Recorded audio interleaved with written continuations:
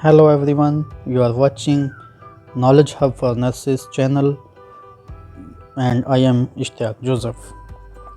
आज हम मैनेजमेंट का एक टॉपिक डिस्कस करेंगे जो है डिसीजन मेकिंग। तो आज की वीडियो में हम डिसीजन मेकिंग का सिर्फ इंट्रोडक्शन देखेंगे और अगली वीडियो में हम इसको मज़ीद डिस्कस करेंगे। Introduction of decision making. Every organization and individual has a lot of decision on daily basis। हर जो इंडिविजुअल है, हर ऑर्गेनाइजेशन है, हर एक ज़िंदगी के पहलू में हम देखें तो हमें कहीं ना कहीं कोई ना कोई डिसीजन लेना पड़ता है। ये हमारे डेली बेसिस पे ये चीज़ चल रही होती है कि हम अपने मुख्तलिफ जो इंडिविजुअल है या ऑर्गेनाइजेशन है, हम मुख्तलिफ़ किस्म के डिसीजन लेते हैं। फ़र्ज़ करें अगर एक इंडिविजुअल है, उसने एक मोबाइल ही ख़रीदना है तो उसमें भी उसको डिसीजन लेना होता है कि कौन सा मोबाइल है जो उसके लिए बेस्ट होगा। डिफरेंट कंपनीज़ हैं, डिफरेंट फ़ीचर्स हैं, डिफरेंट किस्म के मोबाइल्स हैं, तो उसे देखना पड़ेगा कि उसे डिसाइड करना पड़ेगा कि उसे किस किस्म का मोबाइल चाहिए। इसी तरह एक ऑर्गेनाइजेशन है तो उसको भी अगर कोई डिसीजन लेना है तो डिफरेंट अल्टरनेटिव्स होंगे जिनमें से उसने एक को सिलेक्ट करना है, फिर वो उसका डिसीजन ले सकेंगे। सेकंड पॉइंट इसमें यह है कि when you are stuck in a choice between various alternatives then you have to make decisions. तो हमेशा उस डिसीजन का डिलेमा जो है वो तब शुरू होता है जब हमारे पास अल्टरनेटिव्स होंगे, जब हमारे पास डिफरेंट चॉइसेस होंगी। तो इसका मतलब है कि जब हमारे पास एक ही चॉइस है तो वही हमने चूज़ कर ली है या करनी पड़ी है, तो फिर वहाँ डिसीजन का कोई कॉन्सेप्ट नहीं बनता। लेकिन अगर हमारे पास डिफरेंट अल्टरनेटिव्स हैं, डिफरेंट चॉइसेस हैं, तो वहाँ पे डिसीजन का रूल अप्लाई होता है। तो डिसीजन मेकिंग का प्रोसेस ही तब शुरू होता है जब हम किसी चॉइसेस में जो स्टक हो जाते हैं, जब हमारे पास डिफरेंट किस्म के अल्टरनेटिव्स होते हैं, तो तभी वहाँ से डिसीजन मेकिंग का प्रोसेस शुरू होता है। हमें ये डिसाइड करना होता है कि इतने सारे मेरे पास ऑप्शन हैं, मैं कौन सा ऑप्शन सेलेक्ट करूँ। मसलन हमारे पास जॉब ही है, हमारे पास जॉब ए है, हमारे पास जॉब बी है, तो ए और बी में से हमने किस जॉब को सिलेक्ट करना है, ये हमारा डिसीजन मेकिंग है।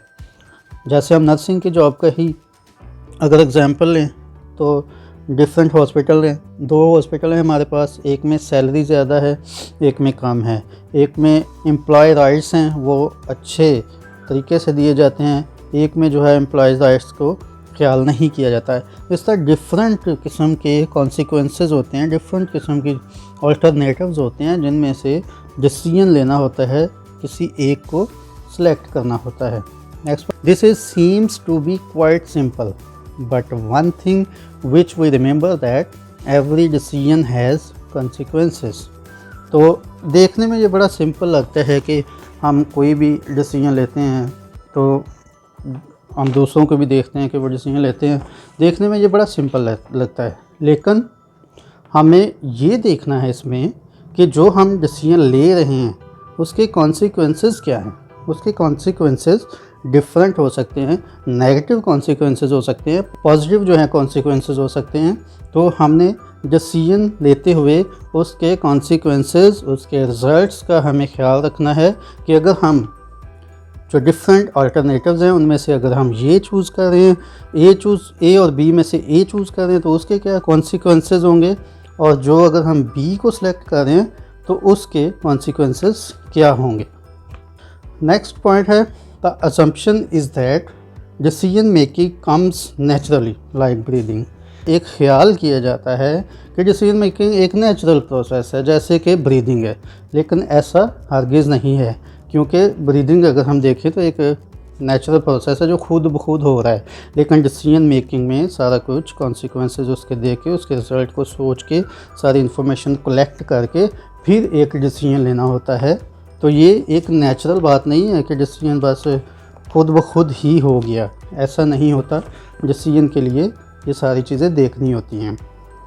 नेक्स्ट पॉइंट है the decision making process provide nurses with a system for making decision that is applicable to any decision. अब जब हम स्टडी की बात करते हैं, किसी बुक्स की बात कर रहे हैं कि उसमें डिसीजन मेकिंग का तरीक़ाकार लिखा हुआ है, लेकिन उसमें हमें ये चीज़ नहीं मिलेगी कि ये वाला आपने डिसीजन करना है तो सारा कुछ उसका एग्जैक्टली हो कि ये वाला डिसीजन आपने इस तरह करना है। लेकिन हमें कुछ रूल्स बताए जाएंगे, हमें कुछ ऐसी टिपिकल पॉइंट्स बताए जाएंगे ताकि हम अच्छा डिसीजन ले सकें। एक सिस्टम प्रोवाइड किया जाएगा जो कि कोई भी किसी एक जनरल रूल जो कि हर डिसीजन में हमारे काम आते हैं। तो बुक्स जो हैं या कोई लेक्चर्स हैं जो है वो हमें रूल्स और रेगुलेशंस, हिंट्स प्रोवाइड करते हैं ताकि हम वो किसी भी डिसीजन पर अप्लाई करते हुए हम वो डिसीजन ले सकें। It is useful procedure for making practical choices. और ये जो सिस्टम हमें प्रोवाइड किया जाता है ये प्रैक्टिकल चॉइसेस में बड़ा ही मुफीद है। A decision not to solve problem is also a decision। कुछ लोग कहते हैं कि प्रॉब्लम सॉल्विंग और डिसीजन मेकिंग जो है वो तकरीबन एक ही है, लेकिन किसी प्रॉब्लम को सॉल्व ना करने का डिसीजन लेना भी एक डिसीजन है। अब हम डिसीजन मेकिंग और प्रॉब्लम सॉल्विंग को देख लेते हैं कि इसमें क्या डिफरेंस है और ये क्यों सिमिलर नहीं है या कितनी सिमिलरिटीज़ इनमें पाई जाती हैं। Although decision making and problem solving appear similar, they are not synonymous। बेशक जो डिसीजन मेकिंग है या डिसीजन प्रॉब्लम सॉल्विंग है ये देखने में तो लगते हैं कि ये एक जैसे ही हैं, लेकिन ये मुतरादिफ नहीं हैं। डिसीजन मेकिंग में और may not involve a problem. जो डिसीजन मेकिंग है हो सकता है उसमें कोई प्रॉब्लम इन्वॉल्व हो या ना हो, but it always involves select one of appropriate under circumstances। अब डिसीजन मेकिंग में हो सकता है प्रॉब्लम इन्वॉल्व हो या ना हो, लेकिन एक चीज़ उसमें हमेशा इन्वॉल्व होती है कि उसमें सेवरल अल्टरनेटिव्स होते हैं, डिफरेंट चॉइसेस होती हैं जिनमें से एक को हमेशा सेलेक्ट किया जाता है। उन सारे अल्टरनेटिव से किसी एक को सिलेक्ट किया जाता है। ईच ऑफ विच में be appropriate under certain circumstances. अब जितनी भी चॉइसेस होती हैं हो सकता है एक सर्कमस्टेंसेस में ऑप्शन ए है उसमें अप्रोप्रिएट हो, एक सर्कमस्टेंसेस है उसमें ऑप्शन बी अप्रोप्रिएट हो। तो सर्कमस्टेंसेस के लिहाज से तकरीबन हर ऑप्शन जो है वो अप्रोप्रिएट होता है। वो हमने डिसाइड करना होता है कि हमारे लिए बेस्ट चॉइस क्या है, बेस्ट जो अल्टरनेटिव है वो क्या है। अब हम प्रॉब्लम सॉल्विंग को देखते हैं कि वो क्या है।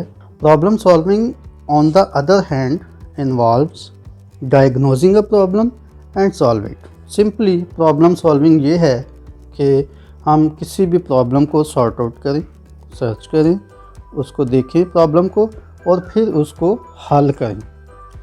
विच मे और may not entail deciding on the correct solution.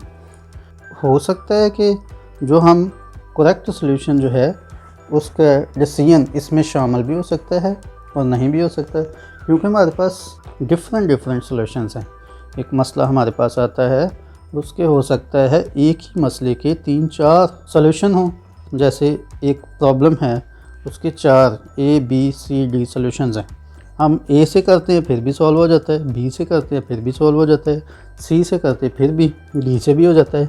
लेकिन उनमें से यहाँ पे ये चीज़ मेंशन की गया कि उनमें से अगर बेस्ट को चूज़ किया जाए, जो बेस्ट सोल्यूशन है उसको चूज़ किया जाए, तो उसको चूज़ करना एक डिसीजन मेकिंग है। लेकिन किसी भी एक से उसको सॉल्व कर देना वो प्रॉब्लम सॉल्विंग है। Most of the time decision making is a subset of problem solving. ज़्यादातर यही होता है कि डिसीजन मेकिंग प्रॉब्लम सॉल्विंग का सबसेट होता है, क्योंकि कोई प्रॉब्लम होगा उसके डिफरेंट अल्टरनेटिव्स होंगे, प्रॉब्लम सॉल्विंग है। जब हम उन डिफरेंट सॉल्विंग ऑप्शंस को देखते हुए किसी बेस्ट ऑप्शन का चूज़ करते हैं तो फिर वो प्रॉब्लम सॉल्विंग का सबसेट डिसीजन मेकिंग बन जाता है। However, some decisions are not of a problem solving nature। लेकिन कुछ ऐसे डिसीजन जिनको प्रॉब्लम सॉल्विंग नेचर नहीं कहा जाता, उसकी एग्जाम्पल दी गई है कि such as decision about scheduling and equipments. तो ये उसकी एग्जांपल्स हैं कि कुछ डिसीजन ऐसे होते हैं जो कि प्रॉब्लम सॉल्विंग नेचर के नहीं होते। अगर कोई स्केड्यूल करनी है कोई चीज़ तो उसमें प्रॉब्लम सॉल्विंग नेचर नहीं है। तो आज का हमारा जो इंट्रोडक्शन था डिसीजन मेकिंग का वो इस वीडियो में बताया गया है। नेक्स्ट हम इसी टॉपिक को आगे लेकर चलेंगे। तब तक के लिए खुदा हाफिज़।